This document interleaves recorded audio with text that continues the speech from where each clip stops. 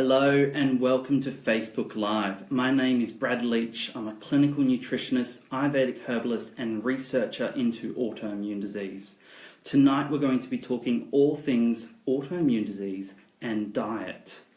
Before we get started, I'd like to know where you are from. So in the comments bar below, type in, are you from Brisbane, are you from New Zealand? I want to see how far this video can make it.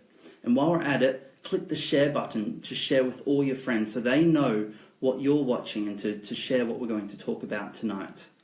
You know, holistic health and autoimmune disease isn't just my passion. It isn't just my profession. It's so much more than that. You know, autoimmune disease and health is my purpose in life. It's the reason I wake up every single day. It's the reason I'm dedicating years of my life to study and to understand autoimmune disease, because it's what gets me out of bed. So let's get straight into it. Let's talk all things autoimmune disease and diet. Now, before I can teach you how to choose the right food to balance your autoimmune disease, I think it's important to first understand what an autoimmune disease is. And it's a question I get asked all the time in clinical practice. Brad, what is an autoimmune disease? Well, an autoimmune disease is when the body attacks itself unknowingly. An autoimmune disease affects a variety of susceptible individuals and involves the loss of normal immune homeostasis and results in an abnormal and inappropriate response to your own cells or tissues. Now, in most basic terms, it's the immune system becoming confused and attacking itself. So autoimmune disease is not good, and the prevalence of autoimmune disease is increasing. Worldwide prevalence of autoimmune disease, latest research has shown it to be between 7 and 9%. Now that's quite high when you think that the rate of autoimmune disease outweighs both heart disease and cancer combined. Now that's just like mind-blowing that there's more people with an autoimmune disease than people with cancer and heart disease combined. Give us a shout out to Elaine and Libby who have just joined us all the way from Palmwoods. Okay, so there are about 80 known autoimmune diseases with another 40 kind of conditions with an autoimmune disease mechanism that aren't classified as an autoimmune disease yet, but they have an autoimmune disease mechanism. Now, during an autoimmune disease response, generally inflammation will occur, and this inflammation will mean that the target tissue or cells will not function properly. An example of this is type 1 diabetes, where the beta cells in the pancreas become destroyed and no longer and unable to produce insulin. So when there's autoimmune disease, that particular target organ or gland or so forth doesn't work as efficiently anymore, such as Hashimoto's is a very common one I see in clinical practice, rheumatoid arthritis, ulcerative colitis, psoriasis, the list goes on. I'm not going to name them all, we'll be here all night. However, there are a few that we don't really, the general population aren't aware that they have an autoimmune disease mechanism behind it. And these include things like polycystic ovarian syndrome or endometriosis, even Parkinson's, fibromyalgia, chronic fatigue syndrome. These conditions actually have an autoimmune disease mechanism behind it, and so we've actually got to treat it and help manage it through a holistic approach, or otherwise you get a thing called clustering. Now, clustering is when someone very typically will have one autoimmune disease. Let's choose Hashimoto's. They go to their GP and they get put on thyroxine, the synthetic form of the hormone that is no longer produced sufficiently in Hashimoto's. Now, yeah, that's all well and good, you have the right hormone. However, if you don't balance the underlying factors, then what's going to happen is you'll get another autoimmune disease, another, until you reach 60 and you can't count how many autoimmune diseases you have. So it's really important to get on top of it now. Now, there are risk factors with autoimmune disease. Research has shown that 30% of the development of an autoimmune disease is caused by genetics, where the remaining 70% is caused by environmental factors. Now, these environmental factors can be anything from viral load. Epstein-Barr virus is very common in clinical practice. Other previous infections, chemical exposure, even sex and the age can be contributing factors to an autoimmune disease. Now, I want to know what autoimmune disease you have, so I can tailor this video to you. So in the comments bar, I want to know, do you have rheumatoid? Do you have, which autoimmune disease do you have? So there's a saying. While you write this, I'm going to tell you this saying, and I'm sure you've heard it before, and I know you'll know where we're going with this. The saying goes, if you give a man a fish, he eats for a day. However, if you give a man a fishing rod and teach him to fish, he will eat for a lifetime. Now, this holds truth when it comes to autoimmune disease, especially when it comes to autoimmune disease and diet. Now, I could just go through and list all the foods you could and can't eat when it comes to autoimmune disease. However, there's so much conflicting information, it's just going to make you more confused. I'm sure we've all heard the Paleo diet, we've all heard the Mediterranean diet, vegetarian diet. There's so many diets out, and there's so many reset programs for autoimmune disease.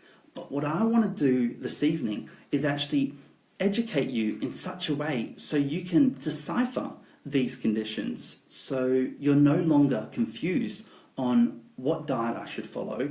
Diet, I'll do that in quotation marks, and to make it easier and less stressful, so you can choose the food correctly that will support the management of your autoimmune disease. So I've got a few comments coming in. We've got Hashimoto's is quite common at the moment.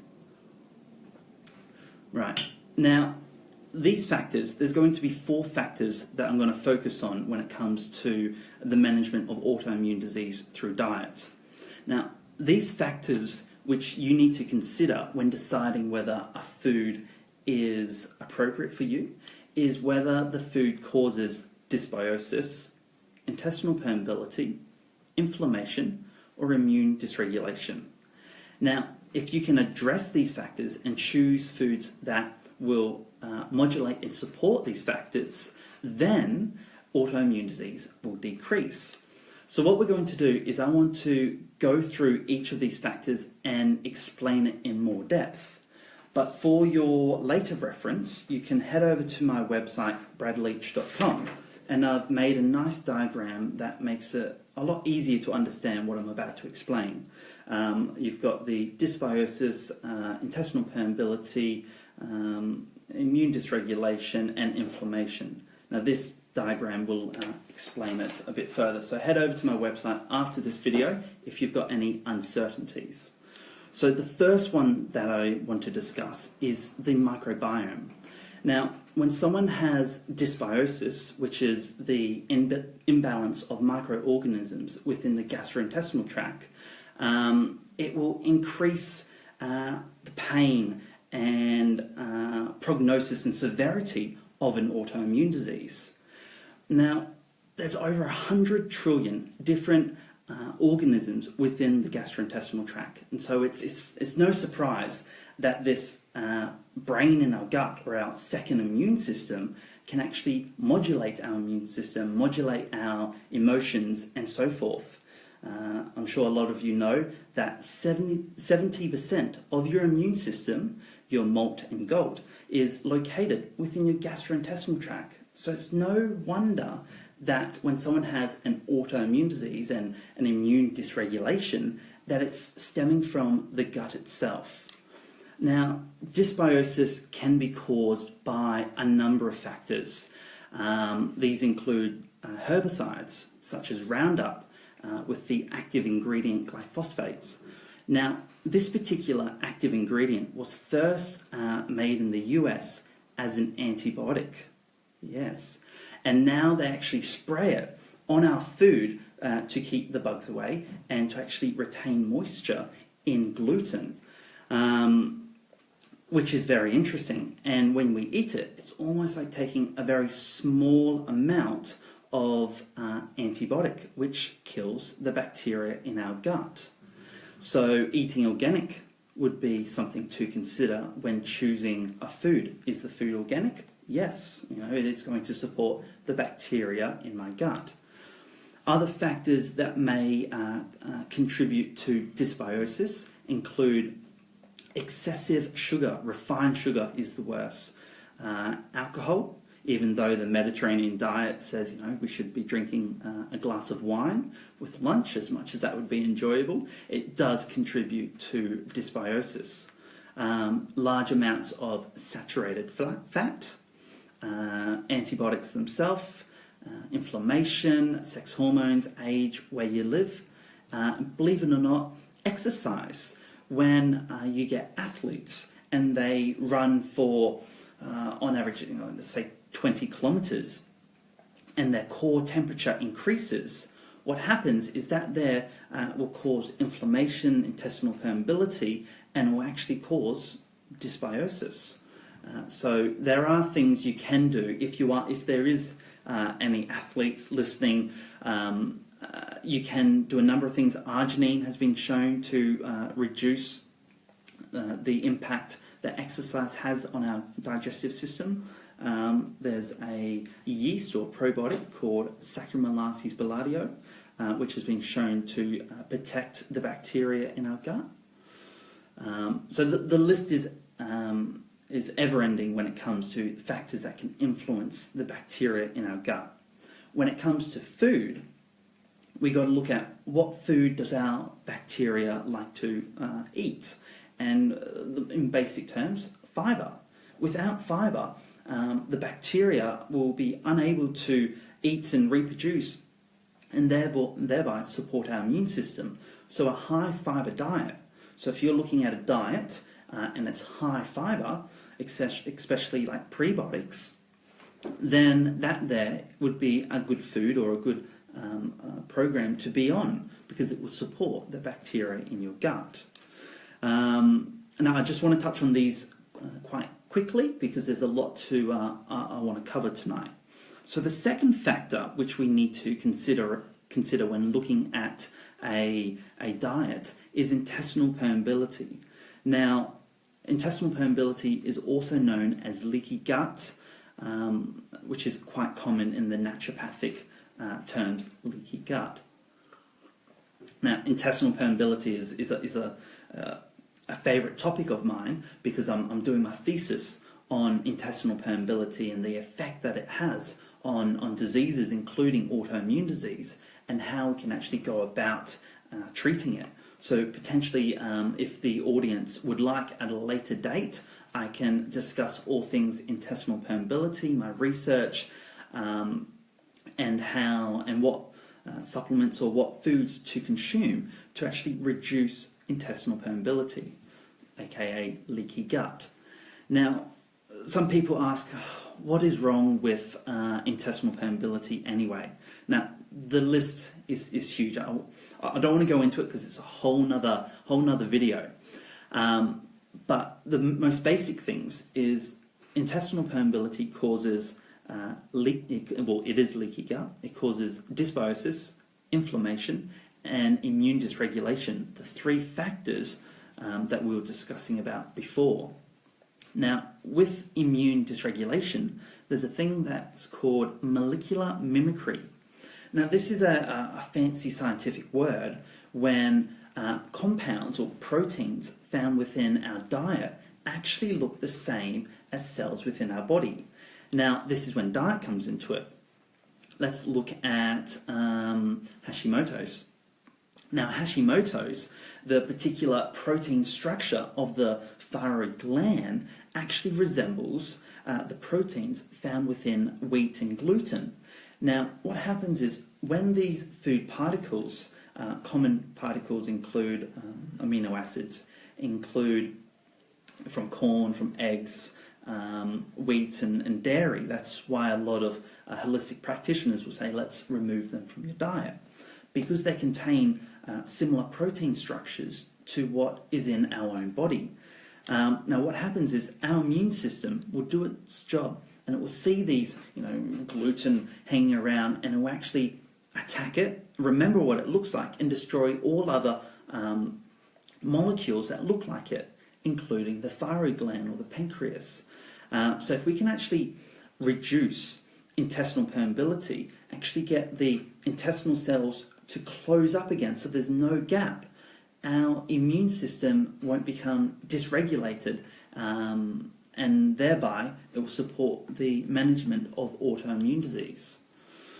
A lot of research have shown this cross-reaction between dietary products and autoimmune disease with Graves' disease, MS, ankylosing spondylitis, rheumatoid arthritis, even particular bacteria within a dysbiosis state can actually enter through the intestinal wall, stimulate the immune system, and cause havoc.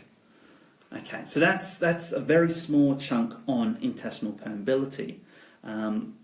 The last thing I want to touch on before we actually have the aha moment when it comes to choosing what foods for autoimmune disease is inflammation. The foundations, the underlying principle of an autoimmune disease is inflammation. Now, what are the factors that cause inflammation? When particular factors trigger our immune system, that causes inflammation. But let's go down onto a cellular level. Let's look at the inflammation that actually gets produced from the cells itself. So within all of our cell membranes, we have a combination of anti-inflammatory fatty acids and pro-inflammatory fatty acids.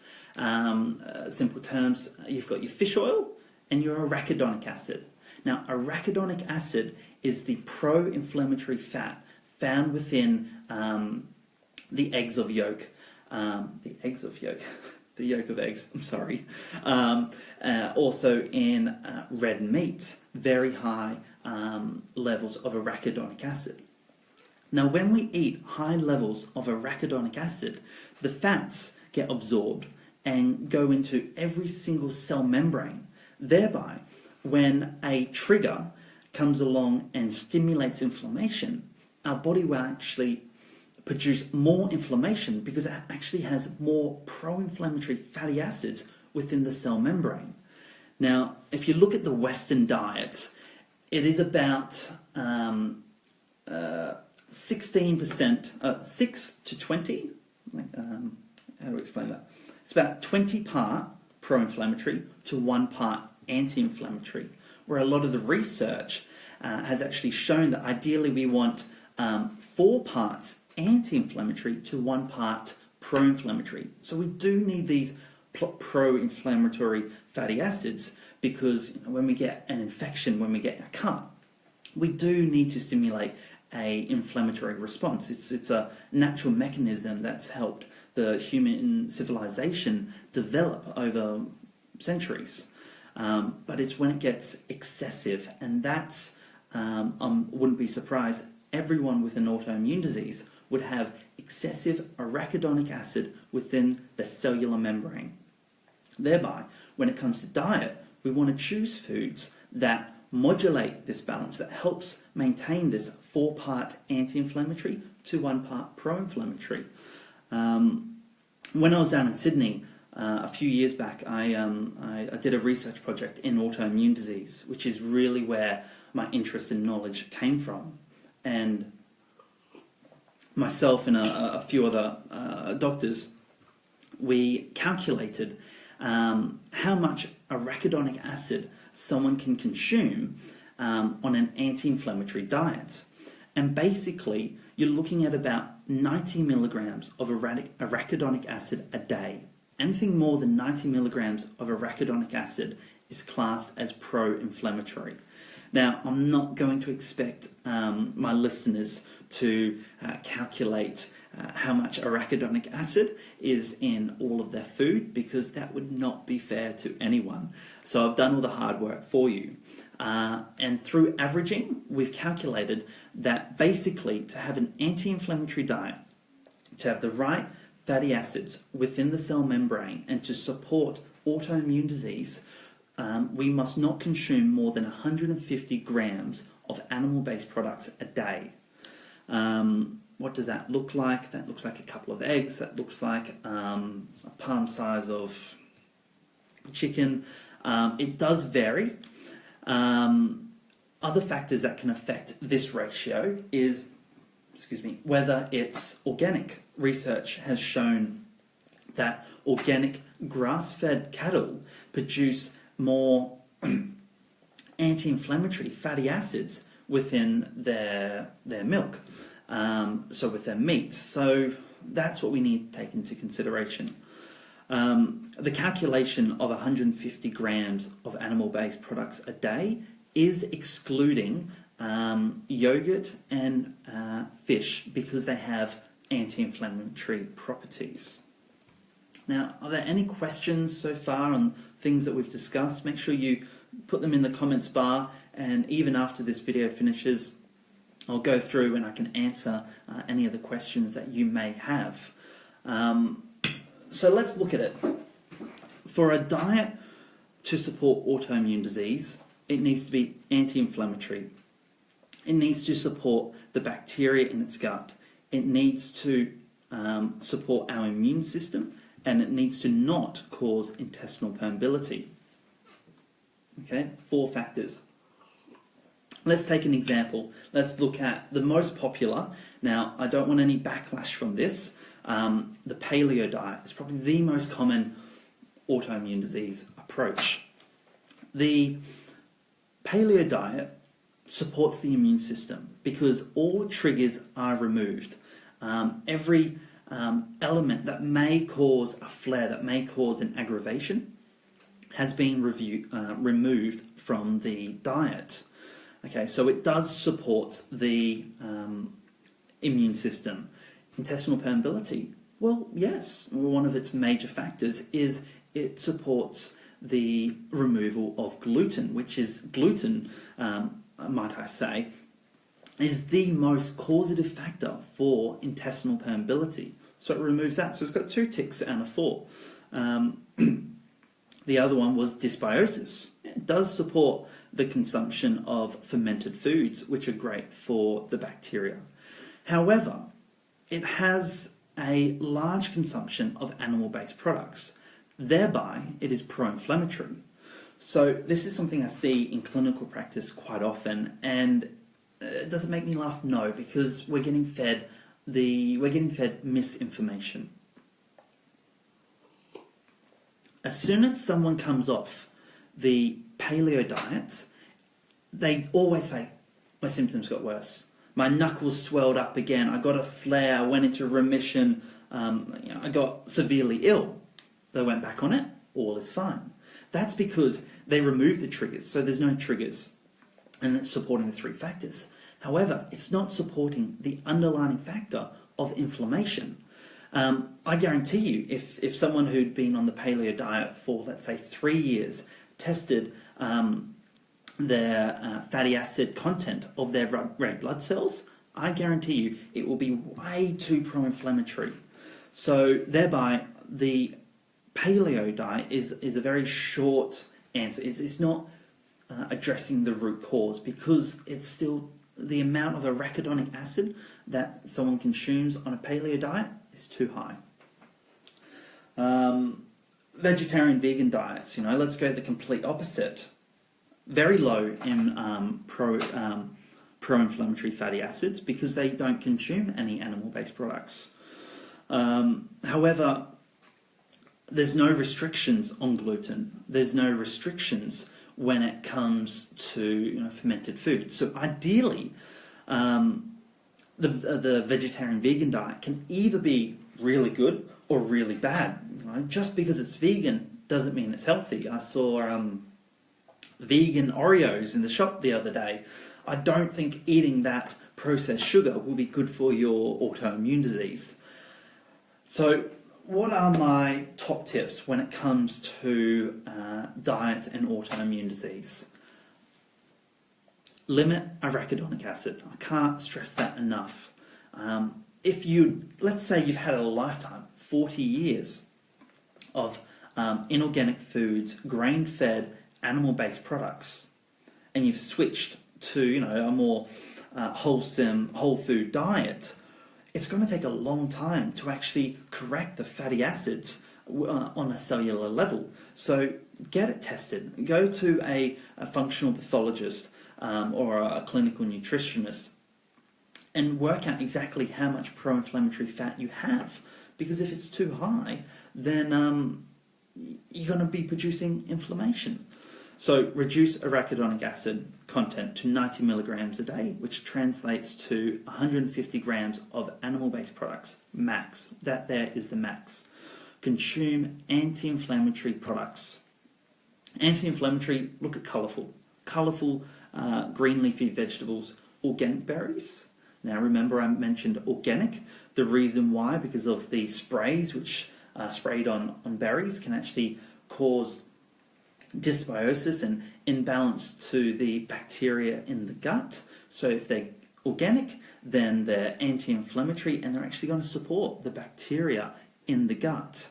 Anti-inflammatory herbs are always a good one to incorporate into the diet. Because what these herbs will do is, remember I mentioned when there's a trigger to release inflammation, inflammation's released. These herbs generally block the trigger. Okay, so taking most common curcumin or turmeric, taking curcumin or turmeric long term isn't addressing cellular inflammation, it's just preventing the inflammation to be released. I'm really pushing the cellular inflammation this evening. I didn't plan on it, but that's just where the video's headed to. Other foods, let's go. This is a no-brainer, and if you're not doing it already, I know individuals with celiac disease will be, but if you've got an autoimmune disease, if one of your family members have an autoimmune disease or your direct relatives, I highly recommend to remove gluten from your diet. I can't stress it enough. On gluten, I had a comment on Facebook. They wanted me to talk about gluten. There's a scale. Now, normally I'd do a bigger scale, but the video doesn't allow it. There's a scale on people who are sensitive to gluten. Now, you've got the people on this end who can go out, have a pizza, have pasta, no problems at all. Then you've got the people on the other end who are celiac disease. Now, we all are on this scale somewhere. Now, there's actually a medical term called non-celiac gluten sensitivity. That's when people experience digestive upsets, rashes on their, like dermatitis on their skin, foggy brain is a very common of non-celiac gluten sensitivity. But when it comes to autoimmune disease, gluten has a number of factors. It is pro-inflammatory. It causes dysbiosis. It alters intestinal permeability, and it causes immune dysregulation. Now, that was the 4 factors that we were discussing that need to be addressed when it comes to choosing the right food for your diet. So gluten, I'm sorry, it's off the table. There's a great podcast by the healthy shift worker, Audra Starkey. Now, she interviewed a Sunshine Coast woman, I believe, oh no, I've lost it, Cindy O'Meara. Cindy O'Meara. She did the documentary What's with Wheat. So if you need any more evidence on why we should not be consuming gluten, I highly recommend you listen to the podcast by the Healthy Shift Worker and listen to the documentary, What's with Wheat. All right, now let's look at the bacteria in the gut. Fermented foods are fantastic. I'm talking sauerkraut, I'm talking kombucha, including these on a daily basis is fantastic. We've just had a question come in from Emily. How do you test for gluten sensitivity? That's a great question. You can do a celiac test, you can do a genetic test, you can do an intestinal permeability test, or you can do a biopsy of your intestines, which is a horrible procedure. Individuals that think that they have celiac disease actually have to eat gluten for about, I want to say, a month before they get this biopsy. Now that is very invasive. When it comes to gluten sensitivity, you can do an intestinal permeability test. That's using two sugars, lactulose and mannitol, to actually test to see if you've got intestinal permeability.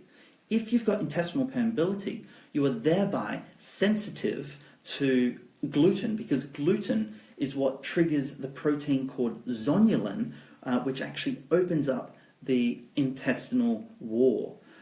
So Emily, if you did want to see if you've got gluten sensitivity, a lactulose mannitol urinary excretion test would actually tell you what severity of intestinal permeability and thereby gluten sensitivity you have. Now, other naturopaths and nutritionists would say, let's get an IgG testing or a food skin prick. However, that's not correct. I can do another video on it. There's a lot of information saying that these tests may actually be incorrect in producing false results, because if someone has increased intestinal permeability, then yes, they're going to have IgG tests, IgG levels, which is our immune system saying, hey, I don't like corn, I don't like mushrooms, I don't like gluten. However, all this test is saying is that these food products are able to come in contact with the immune system. Now, the only way that this can happen is if there is intestinal permeability. So basically, these really expensive tests are just showing that an individual has intestinal permeability. Now, I had another question, and now this was an interesting one, and I think I'd like to discuss supplements next week, the quality of supplements, which supplements to choose, why, dosing, and so forth. If you think that, if you'd like me to do a supplement podcast, supplement video next week, give me the love heart button right now so I know. Marie sent in a question, and she said that she gets muscle aches and stiffness during winter. Now, with that very basic information that I've been supplied, it makes me think of one particular vitamin, and I wonder if anyone can guess what it is. Winter is the hint. It's vitamin D. Now, believe it or not, vitamin D can actually low vitamin D is associated with muscle pains and stiffness. I wouldn't be surprised if you test your vitamin D, it would be 50 or below on the doctor's standards.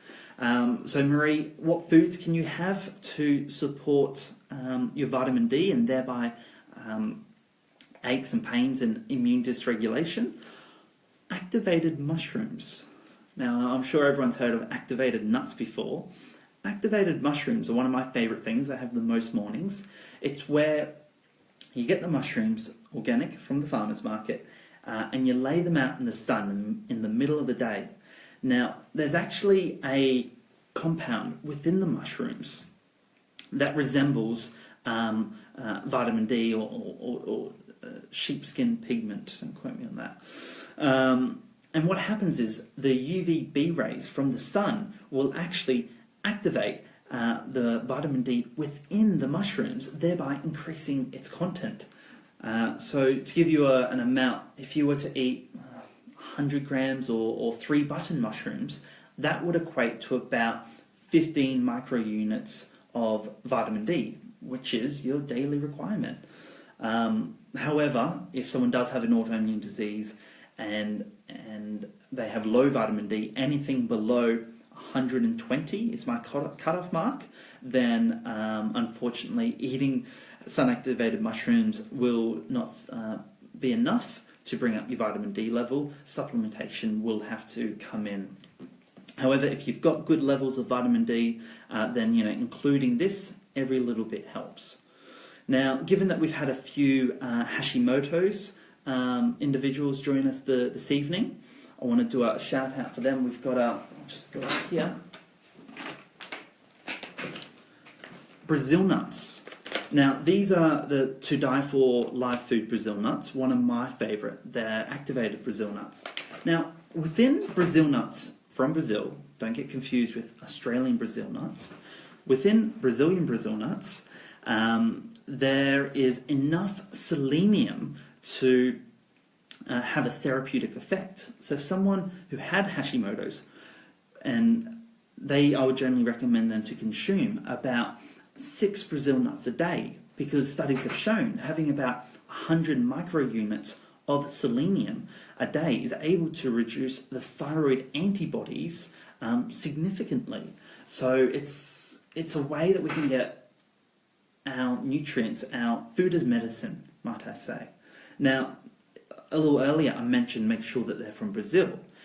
In Australia, our soil is actually lacking magnesium along with selenium. So if we're growing Brazil nuts in Australia and eating them for their selenium, unfortunately, there's not going to be any selenium with them. So make sure that they are from Brazil, organic and activated. God, the list goes on.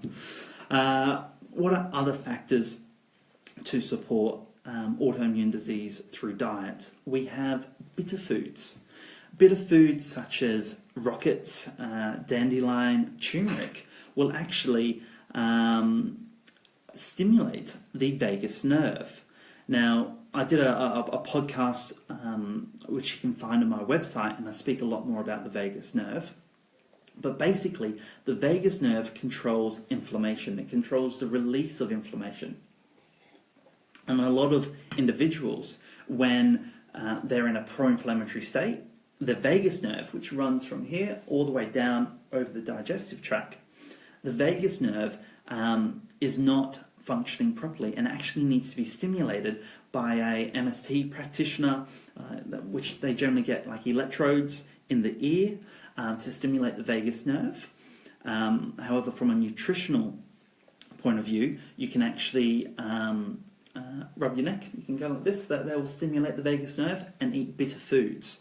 Now the consumption of bitter foods will reduce inflammation and thereby support the bacteria in our gut, will support immune dysregulation and intestinal permeability. We've had another question come in. Could you just take selenium? Yes, by all means. If you don't like Brazil nuts or you'd rather take a supplement, yes, you can just take selenium. Word of caution, there is an upper limit of selenium, meaning too much can actually cause adverse effects, including hair loss. So it's always important to actually calculate how much selenium you are taking. I believe the upper amount of selenium is between 200 and 300 micrograms. You got to remember, if you're taking 3 or 4 different supplements, they may be in each other's. Now, I hope a lot of this has made sense. If you've got any questions, just type them in the comment bar and I can come back. Or if you'd like me to discuss anything on the next week video, just let me know. Shoot me an email. We just had another question from Jennifer. Hi, stranger. Does bone broth assist with inflammation? Bone broth. Very good question. Now, it depends where you get the bone broth from. Bone broth contains all the amino acids that are required for the health of the intestinal cells, and it has been shown to reduce intestinal permeability, proline, zeolite, and so forth. These amino acids will support intestinal permeability, thereby inflammation, thereby the bacteria in our gut. The thing to take into consideration when it comes to bone broth, where is it sourced? Is it organic? A study came out within the last 6 months, shown that Australian beef bone broth have got high levels, when I say high, higher than our standards, levels of lead, because lead is a heavy metal and it doesn't get stored in your normal tissues, it gets stored in your bones. So just like cows and humans, when we are exposed to lead, it will get laced in with all the calcium within the bones. Thereby, if we're cooking up the bones, you're going to be exposing yourself to lead. I hope that's answered your question, Jennifer. There is, for the vegetarians and vegans, if they believe that they're not having the right proteins, or from a clinical point of view, if I see a client who requires these amino acids, bear with me. I don't work for any supplement company, I'm just saying what I use in my clinical practice. There are particular products out there, Biomatrix by Biomedica, which actually contains the same level of amino acids as found in bone broth. So if you were concerned about the ethics of bone broths, if you were concerned with the likelihood of lead within a bone broth, then you can vote for a synthetic form that will give you a safe level of amino acids required for modulating inflammation and intestinal permeability. I'm just going through, I don't see any more questions. If you've got questions, let me know. Just to recap on a couple of things that we have discussed, when it comes to choosing the right diet for you, you want to find something that supports the bacteria in your gut, supports intestinal permeability, reduces inflammation, and supports the immune system. Now, if it doesn't do all 4 factors, I'm sorry, do not include it in your diet. In this video, I gave the example of the Paleo and how it only addressed 3 of the factors and not the underlying factor of inflammation. I think that's about all that I have to say this evening. If you've liked what we've spoken about, make sure you share this video. I'd really appreciate it. And again, for those who don't know me, my name is Brad Leach. I am a clinical nutritionist, a herbalist, and a researcher into autoimmune disease. I run a clinic on the Sunshine Coast where my focus is on the holistic management of autoimmune disease, and I also do consultations worldwide via Skype. It's been a pleasure to discuss everything to do with autoimmune disease and diet with you this evening. I look forward to next time. Let me know what you'd like to discuss. All right, thank you. All the best.